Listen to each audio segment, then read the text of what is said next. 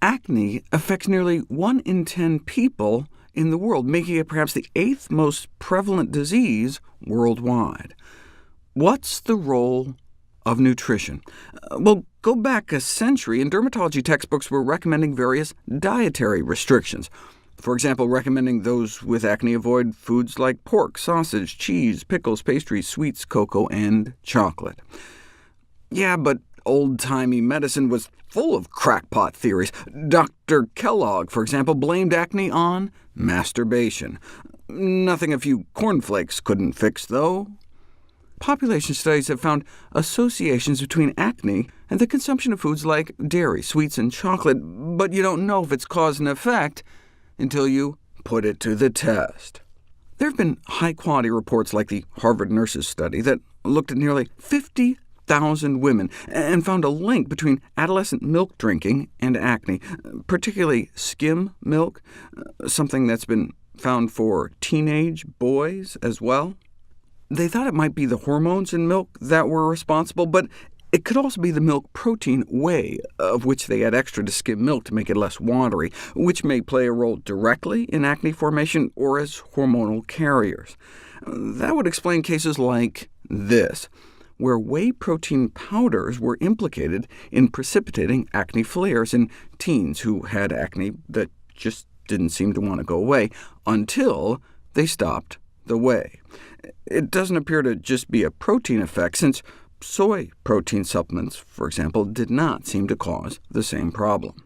But for dairy, in terms of interventional studies, all we have are these kinds of case series.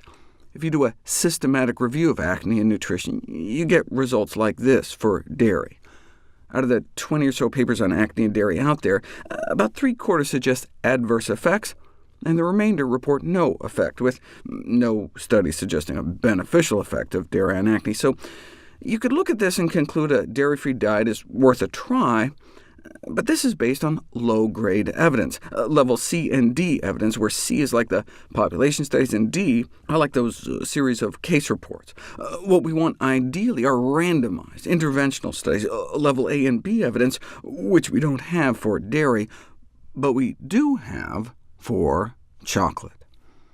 When it comes to acne, no food is more universally condemned than chocolate. So if you're the Chocolate Manufacturers Association, how are you going to design a study to make your product not look so bad? Well, you can always use the old drug company trick of pitting your product against something even worse, and so they fed people chocolate bars versus fake chocolate bars made out of a partially hydrogenated vegetable oil, trans fats. So make it have more sugar, throw in some milk protein, and make it 28% pure trans fat-laden Crisco like vegetable shortening.